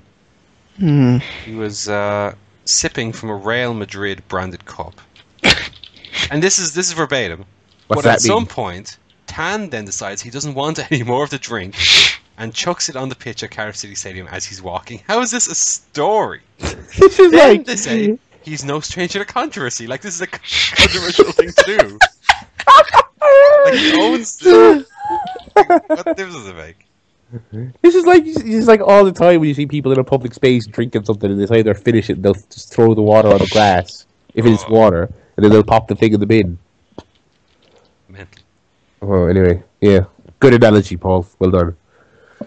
Other news. There's going to be a 2-hour pre-show for WrestleMania. I know. Isn't like the first hour on YouTube and all that, and then the second hour is just on the network? So, yeah. Like, what's the difference between the pre-show and WrestleMania then? When they're both on the same platform? Yeah. So the the tag title match is on the network. So I assume those who don't have the network who only have YouTube are getting fuck all of worth on their pre-show. That's true. Well, I don't have the network. So That make WrestleMania a total of 6 hours long this year. yeah, that's mad. Yep. Oh, What other news do we have? Not a lot. The day after WrestleMania is the day they will announce the network subscriber figures, which will be very interesting indeed. Should we all have a guess what it's going to be? I think we should. Winner gets the prize. 1.1 million. 1.1 million and one. I will say. I'm gonna say 700,000. Ooh, bit pessimistic, Barry. Maybe you'll be right. You know? Yeah. So one of us will be right, and two of us will be. or three of us will be wrong, possibly. Possibly. Well, one of us will be closest without going over. Yeah. So there you go. Yeah. So that's gonna be interesting. What else is there? Must be some news. There really isn't, though, because nothing's really happening. It's just WrestleMania stuff is going on, and WrestleCon is going on, and that's all fine and well. No news on who inducts Warrior tomorrow. Didn't he say it was going to be Stephanie McMahon or something? No. Oh wait, yeah, it was Linda McMahon sorry, Linda. Yeah, is inducting someone. Is that Warrior? yeah. I think he tweeted about it. Oh, that's a fucking unusual pick. Yeah, foretelling this on March 10th. Foretelling pundits lack the integrity it takes to figure me out. I'm honoured Linda McMahon accepts my request to introduce Hall of Fame 2014.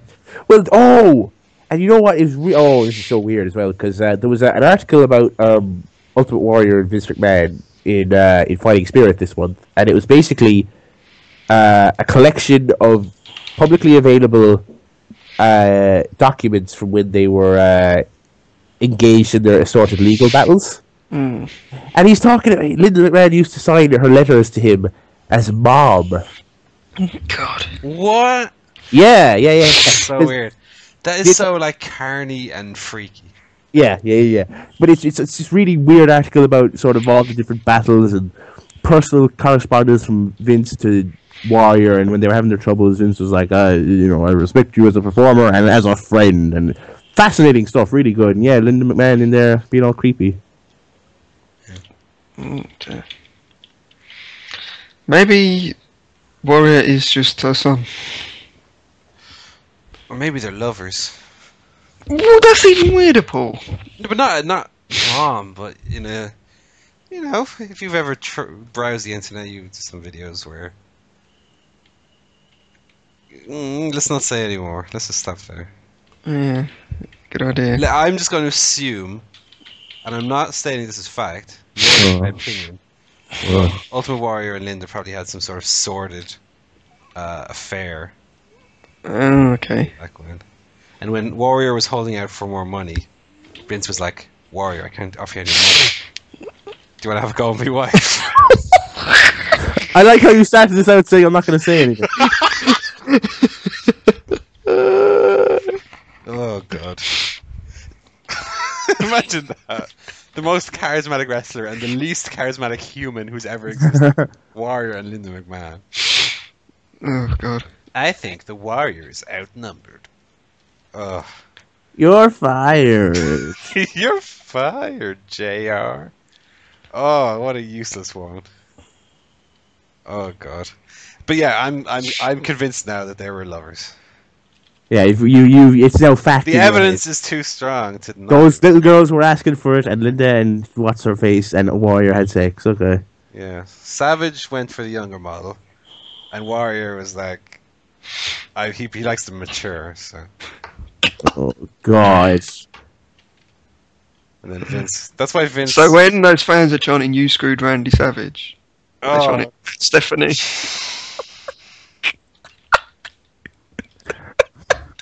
Good. I'm glad we're keeping it above board here on the podcast. Vince. Well, that's why Vince had all those little. Should have heard what we were saying before the show. No, you don't need to hear that. Barry's got very serious option. No, I'm just. Aww. Anyway, Warrior will be inducted by Linda McMahon at the Hall of Fame. And by inducted, you can take whatever conclusions you want. I was just saying that she is introducing him. To, she'd come out, have a little word. Sniff. Sniff. Warrior, that's the same cologne you're wearing. That's 1989. Yeah, have you fucking showered since? Jesus. Anyway, what's next in the news? I don't know. What else? Alright, Raw happened. Who wants to do it? You're the Undertaker now. Well, Raw started. I was going to do this by memory because I don't have anything in front of me. But Raw started with Undertaker coming out. Oh. Just randomly rambling about nothing. Yeah. At which point Brock Lesnar and Paul Heyman came out. And then Brock Lesnar took like an eternity to come to the ring. Well, because this segment was competing with that shitty "Have I Met Your Mother" finale finale. Oh, yeah, so they were... Have I Met Your Mother finally? Yes. So they were stalling for time. Brock came down. He got into Undertaker. Gave him a clothesline. Undertaker took a very sad bump. And then he took an F5 and just crumpled like an accordion. And that was it. And that was the big push that the streak is in danger. Oh yeah, it's gonna end. Undertaker taking F5 was... It didn't look safe. Well, probably because it wasn't. And he landed on his side. He could have done his hip taking that move. It looked uncomfortable. It didn't look like... It didn't look... It didn't look safe. It didn't look... I don't know how to describe it. It just looked bad. It looked like the kind of thing that they shouldn't have done because the Undertaker might have broken in half taking it. And I'm not even sure that it did that well, like what it was supposed to do. I'm not sure that it did a really good job of putting Lesnar over. I think it should have been mostly stuff like this and less Undertaker popping out of a coffin. Yeah, I mean it's Yeah. In it. I've not enjoyed this build, I must say. No, not at all. Not at all. This segment, although if we finally had Lesnar being up the Undertaker, it didn't do much to excite me or make me think like this match would be really good. Like a good build is when you not necessarily believe that the guys hate each other, but when you believe that the storyline would be paid off with a really good match. And this one, like, there's no real reason that they're feuding. There's no real... Excuse me. I don't know, there's no real animosity. There is animosity, but there's no real reason behind it. And therefore, while I realize the match would be really good, there's no emotional connection to it because the storyline's been so... nothing. It feels like they've only been building it for like 3 weeks. The only things I can think of that happened was Undertaker attacked him that first week, threw him through the table. Then he clotheslined him on top of his head onto the coffin. And then Lesnar gave him the F5. It feels like that's all it's been, but it's been going now for weeks. Like nothing has happened. Yeah. It's just very generic Undertaker. I mean, it's just the Brock Lesnar thing as well. It's just, not news, but they haven't done a good job of making him look like he has a chance of winning the majority of matches, let alone this one. Maybe that's a good debut, bad follow-up. Brock Lesnar's return. Yeah? Really good. He kicked the hat, remember? That was good. Yeah, that was good. We like that. That was peak. Peak of the cap. What else happened on Raw? Triple H did a promo, I think. And then, and Batista came. Oh yeah, he showed a video of all the guys that he'd buried over the years. Was fantastic. Oh yeah, that was so good. Narrated by Stephanie, which kind of added something to it as well. I love it. Yeah. Some of the names they just pulled out of the air, like Scott Steiner, Goldberg, Booker T. Like he must have only feuded with Booker T for like a month. Who else was there? Kurt Angle. Foley. Yeah. Jericho. Jeff Hardy. Jeff Hardy. Everyone who isn't CM Punk, basically. And Batista. Was there anyone on the list who's still in WWE? There must have been, wasn't there? Well, Booker T, sort of. Booker T, yeah. Not really.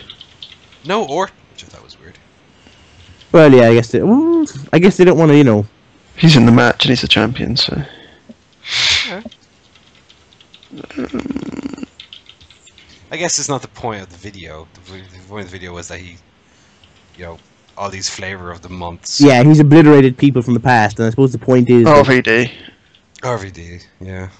And it's funny because when you think back, stuff like Rob Van Dam, Booker T at WrestleMania 19 and Unforgiven 2002, like the outrage at the time that Triple H was just, you know, burying these guys and ruining their careers, that they would never get past this glass ceiling because of the fucking evil Triple H dictator at the top of the mountain. Yeah. Tell you what, thank God for Triple H, because otherwise we'd have Rob Van Dam. WWE years. Yeah, they were shit anyway. Yeah, So good lad, Triple H. looking hindsight, Triple H was the best thing to happen. You're the man, Triple H. I think he's Brian as well. Put an end to this nonsense. Yeah, so I really liked that video though. I thought it was it wasn't even like funny. It was just really perfect for his character at the moment. It was a bit funny though. Well, it was funny in a sort of smarky way. But you know, I just thought it was generally very good.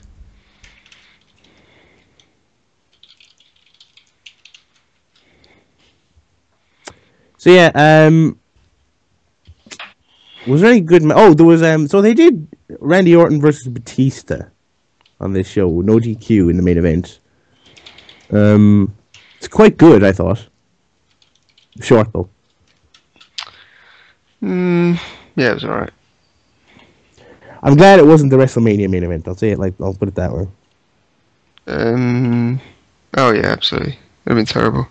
Triple H and Stephanie were on commentary, which was actually pretty good. And Daniel Bryan came out and beat the shit out of him, and Ryan Wild, and everyone went mental and sent him packing. And that's to set up our Triple H title win on Sunday. I'd like if he won the title. Are you serious? No. Maybe I am. No, I mean, ultimately, I really want Daniel Bryan to win. But Triple H has been good, so it's almost like... Yeah, he has been good. Imagine Raw now after WrestleMania opens with, please welcome your new WWE World Champion. Triple H's music plays, and out he comes with 8 belts, because 2 is not enough. 2 ain't enough, he need 5. So he comes out with just, I've made all these new belts for myself because I'm the champion now. Oh, the crowd would be going mad. It would be brilliant.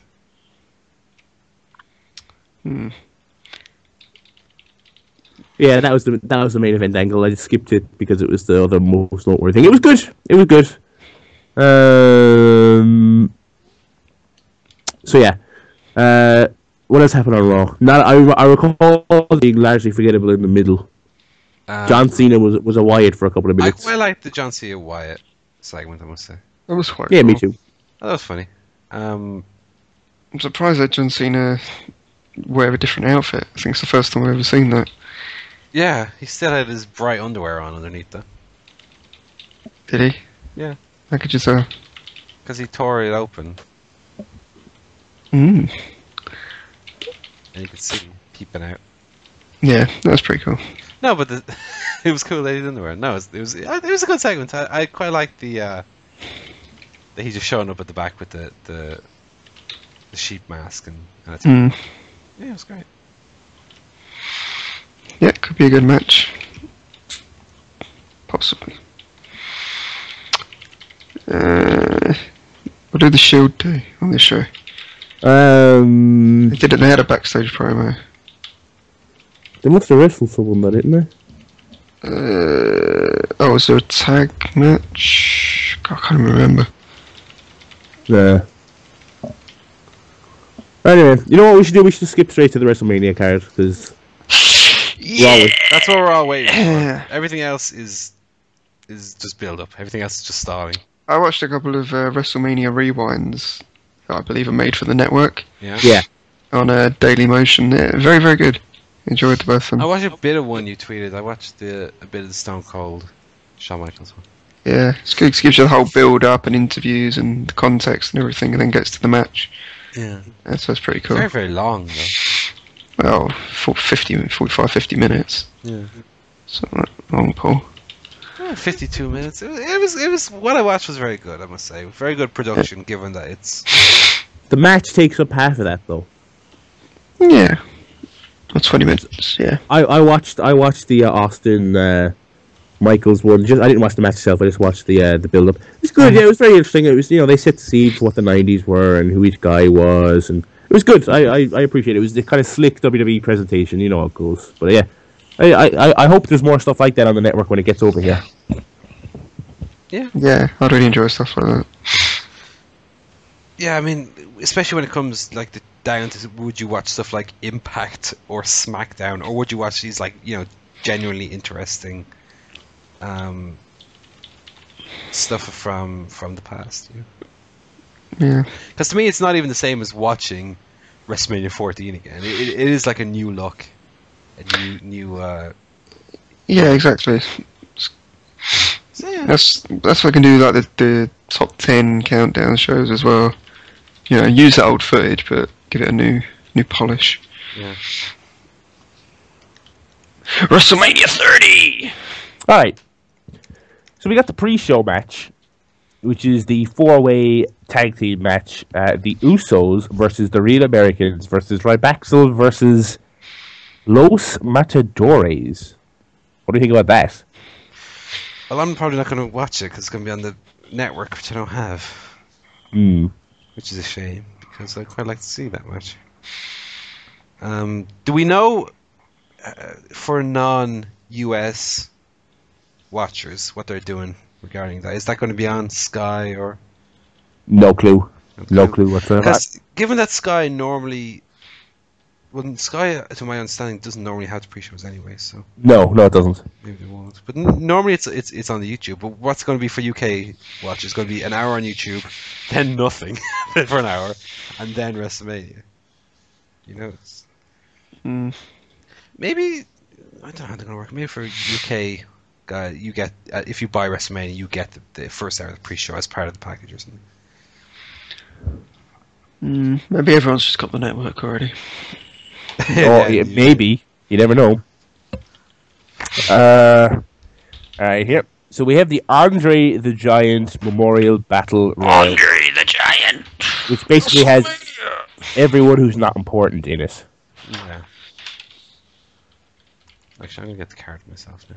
Yeah. You get that card up, and why don't we... I'm going to go with Alexander Rusev, I guess. That's what I've heard a lot of people saying. Yeah. Because he's weirdly disappeared off television lately, so...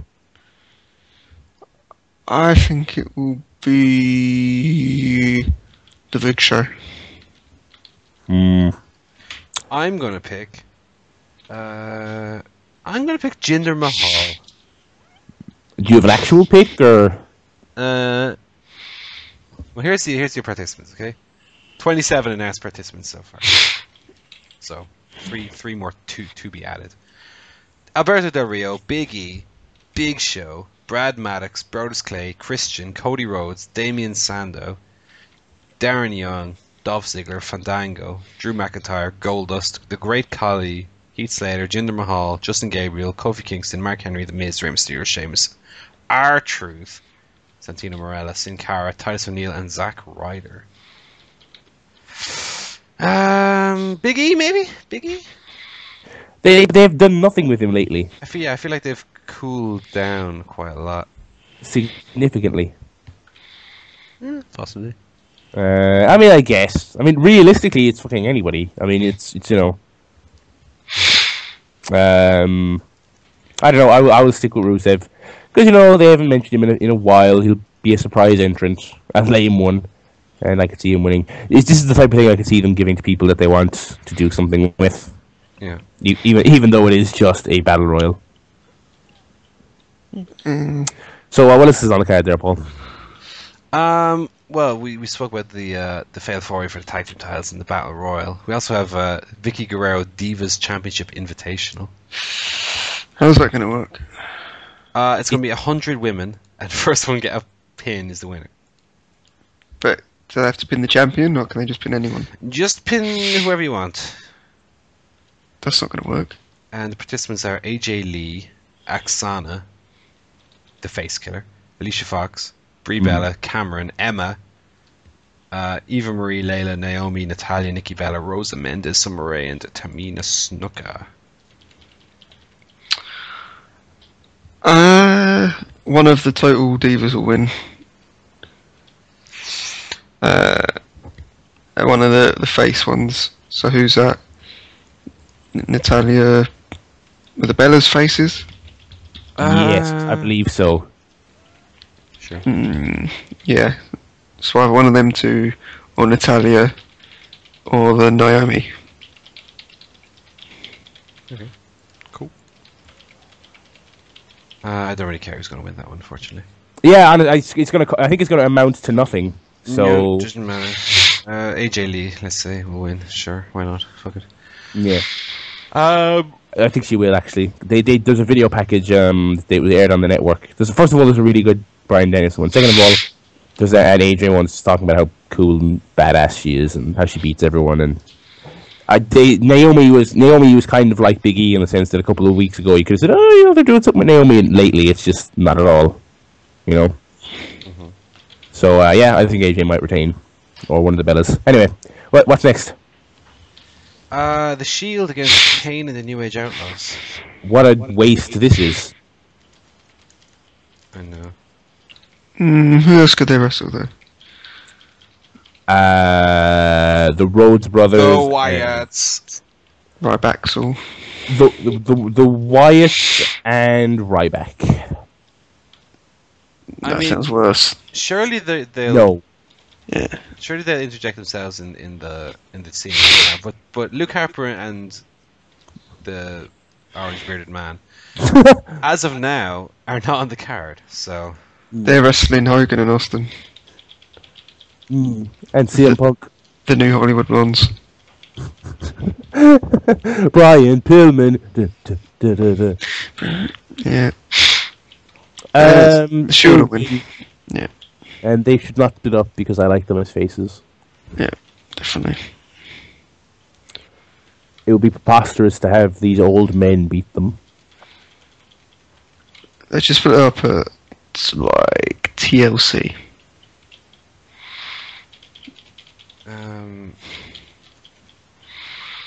You know what? I think the match would be really good. I don't. I do. Who? I'll- Look who they're wrestling. I'll do you one better, okay? I'm gonna make a big prediction here. This is match of the night. Here we go. No, wait. Even bigger prediction than that. Oh my god. Even stupider than that. Go Are on. you ready? Are you ready for this? Here we go. Here's Paul. I'm going out on a ledge here. Go out the ledge. Jump. I'm my prediction. Oh, yo, Jesus. My prediction is that this will be the best WrestleMania since WrestleMania 19. Oh well, yeah. That's not a. Yeah, that's not a ridiculous prediction. I think the Shield match was really good. And I know people say, look who the rest in Kenya Outlaws, but I don't think it'll be really good. I think the Shield can still get a really good match out of these guys. Not only is it a case of look who they're wrestling though, but also I think this is the one that's very like short-changed on time. I don't know. I feel like there's not going to be much short change on time because it'll be such a... Well, there always is. It always is. They once had like 6 matches and it was still running. Yeah, because they have to have like a half-hour of video packages and things and They're fire. going to have Puffy Daddy do another montage of his best songs. And Eminem out there, this is my legacy. Ooh, fuck you, Paul. What? Buy my album. It's very good. It's not very good. It's not very good.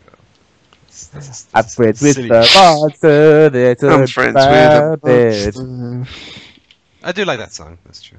Get along with the do. Anyway, what's next? Let me see now. John Cena, Bray Wyatt.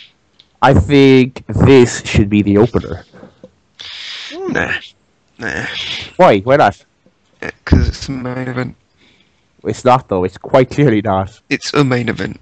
It is main event should be the opener. Nah, that's stupid. It's not stupid. It is That's like the modern template. Yeah, but she's stupid. Open heart. Okay, so what are you gonna have as the opener? Fucking Yeah, have a hot match, but they haven't booked one. That's the problem. John Cena, Bray Wyatt's a hot match. No, it's not. Yeah, it is, and it'll be good. I think it'll be very good as well. What are you going to open with? The fucking Alexander Rusev invitation? No, open with the Shield. Well, they did that last year, but they had better opponents. Do it again. Well, I guess you could. Yeah, you could. Or you could open with Daniel Bryan, Triple H. Triple H. I'm sure Hogan's going to get involved in that match. Wow. So it's probably going to be in the middle. Wow. Coming out this TNA music for some reason at WrestleMania 30. With a bass and... Wow. Yeah, I think it'll be in the middle of the card because they'll have like some nostalgia stuff. Yeah.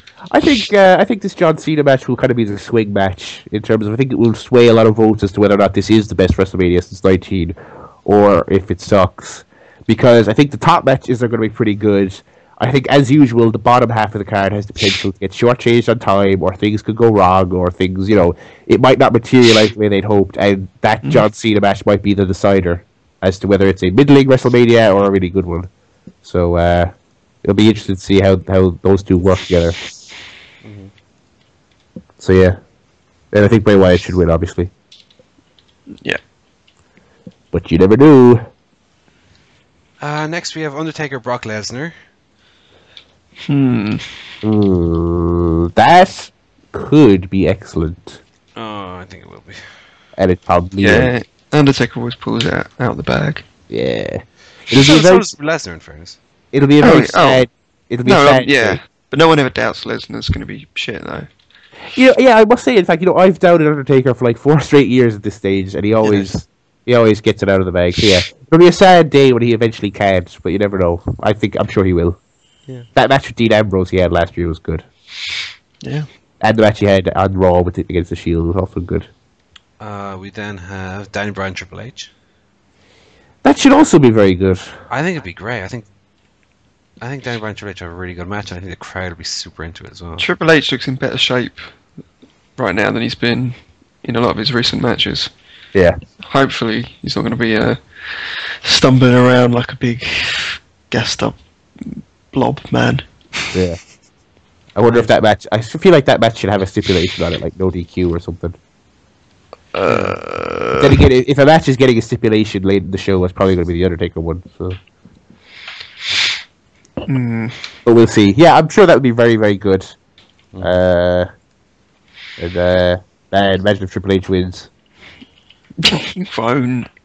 He won't. That'd be the worst thing. It's the worst thing they could do.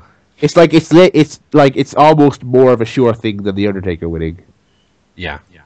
I wouldn't quite go that far, but it's certainly... Yeah, it's on a par. Then Randy Orton, Batista, and Daniel Bryan. Daniel Bryan. Yeah. Funny thing is, like that match really probably won't be anything particularly special, except for the fact that the crowd will be way into it because it's Daniel Bryan. I don't know. I think given that Daniel Bryan is in it, I think it'd be really good. I think it'd be good. Yeah. Yeah. Daniel Bryan here to save the day. Do you think Hogan will be involved in any way? Punch Triple H as he run. Triple H will run down the ramp and into his face. And then CM Punk comes out. Then CM Punk comes out from the rafters. Lays out Daniel Bryan. 1, 2, 3. Imagine if they did a CM Punk as Crow Sting gimmick. That'd be brilliant. And then they can bring in Sting as CM Punk. Yeah. Oh, and he lays out Daniel Bryan. 1, 2, 3. I hear voices in my head. Only time. As a build to WrestleMania 31. Oh god. Oh god, imagine that. So that's your WrestleMania. It's looking good. I think it'll be really good. I'm really looking forward to it. Yeah. And I'm, like last year, I'm taking Monday off. I'm going to be ordering it on pay-per-view. Skybox Office. Watching HD on the big telly. Ooh. And, yeah, the stage looks really good as well. They've already... Yeah, they've shown it, shown Yeah, it. looks good. Looks good. I actually think that the stage does add a lot to the whole feeling of this really big event. And especially being outside adds a lot. So I'm happy they do that for WrestleMania these days rather than having them in small enclosed arenas, and certainly makes it feel like a big show. And I can't wait, and it's tomorrow. Yay! It feels like this is the first WrestleMania in years, and maybe I've said this before, but this feels like the first WrestleMania years that I've been looking forward to for like a few weeks. Yeah. Because it feels like the last few years, even though like The Rock, especially last year's one, just feels like watching another wrestling show. Like, oh, can I be bothered? But given how good wrestling has been lately, I feel like they've got an actual classic kind of WrestleMania storyline with Bryan going for the title. yeah, To me, that's what WrestleMania was about a lot of the time, was, you know, some challenger spending all year fighting towards getting the title at WrestleMania. And we've definitely had that this year. Yeah, it's first time in a while, yeah. there you go. So we'll have the big bumper show next week where we critique every aspect. Oh my god, why is Undertaker walking around Access with a white t-shirt on? You can see his nipples. And What? and Jesse Ventura. Pinkman's fucking Ah. cap. Oh, he does look awful. No, God. His beard looks like it's been painted on with a black marker. Yeah, because he's got a proper dyed corporate ministry beard. But even in this photo, it doesn't even look like a beard. It looks like it's been painted on. Mm. It's all jaggedy looking. And the sunglasses. Oh my god. Yeah, he looks atrocious. In fairness, he looks better than when he's dressed in lycra, like he is nowadays. Mm. When he's wrestling, he looks like an idiot. Oh, Undertaker. Oh well. Well, Undertaker was never in super shape anyway. No, yeah. Oh. Anyway, we shall see. I like I said, I think this will be a really, really good WrestleMania. Me too. I'm looking forward to it. I think it could potentially be the best since 19, but time will tell. So yeah, do we have anything else to discuss before we sign off? Excuse me, I'm burping here. That is lovely, Barry. Thank you very much. Sorry, mate. Sorry, I'm not, being all, nice and, stuffing burgers into my face during the film. Yeah. So I think we're about done. Mm-hmm. WrestleMania is tomorrow. If you want to, by the way, are we doing a WrestleMania review podcast like we did before? Well, I'm off, so if we want to do one, we can do one. Yep. All right. I'm Do a special? Yeah. Oh, it's a special. Neat. Okay, so Monday evening we'll figure out a time. I'm back home from like 5, so anytime after 5 I can probably do it. Yeah, so we will. Are off work as well. And do you know what as well? Even though I'm working Tuesday, I think I'm going to watch Raw live. So, You bloody daredevil! You nutter. You absolute nutter. I'll take a nap. Oh, I'll take a nap Monday. get the caffeine ready. Oh. By the way, Trinity has a single out. Oh, really? Yeah, I haven't listened to it. I'm sure it's terrible. I'm not going to see that. So She's a lovely lady with a nice bum, but I'm not going to be listening to that record, baby. Well, I can appreciate her mind. I don't have to sink to Barry's levels and talk about bums or whatever. Well, no, because you think she's ugly, so. I don't think she's ugly at all.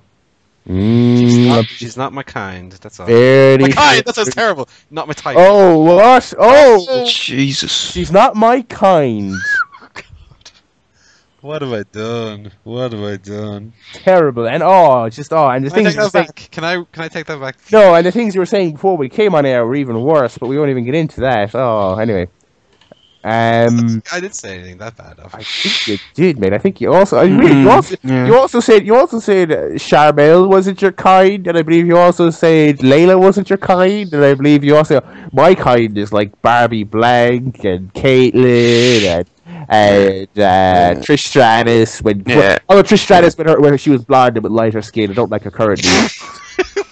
and yeah, that's all true. So anyway, No. Let me just say.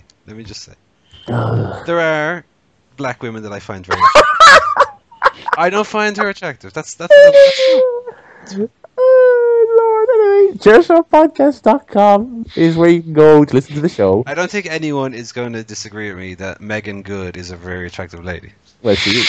There you go. Megan Good. Ooh, says Joe.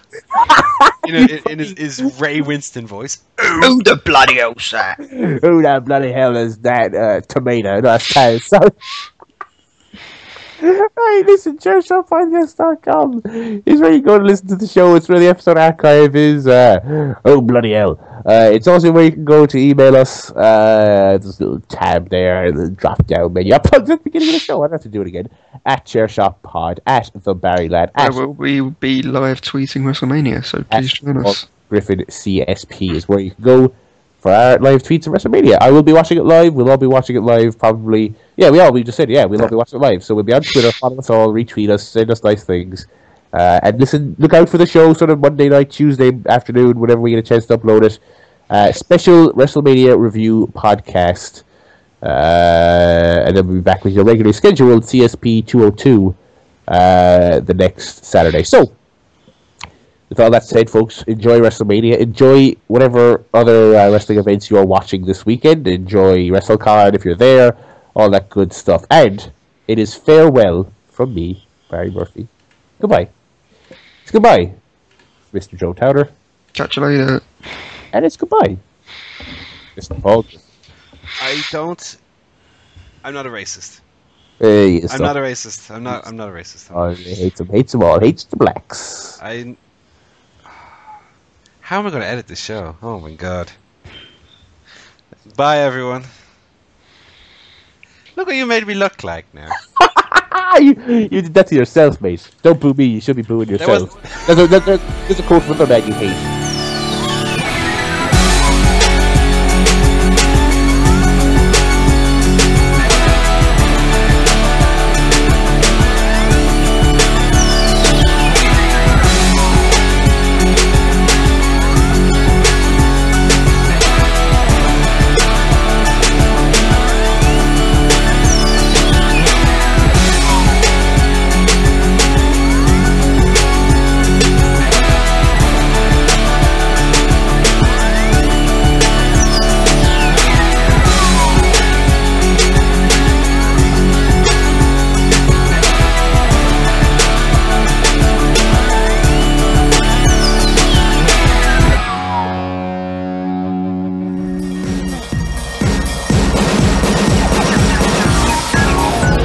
This podcast was brought to you by LoudySpeak.com.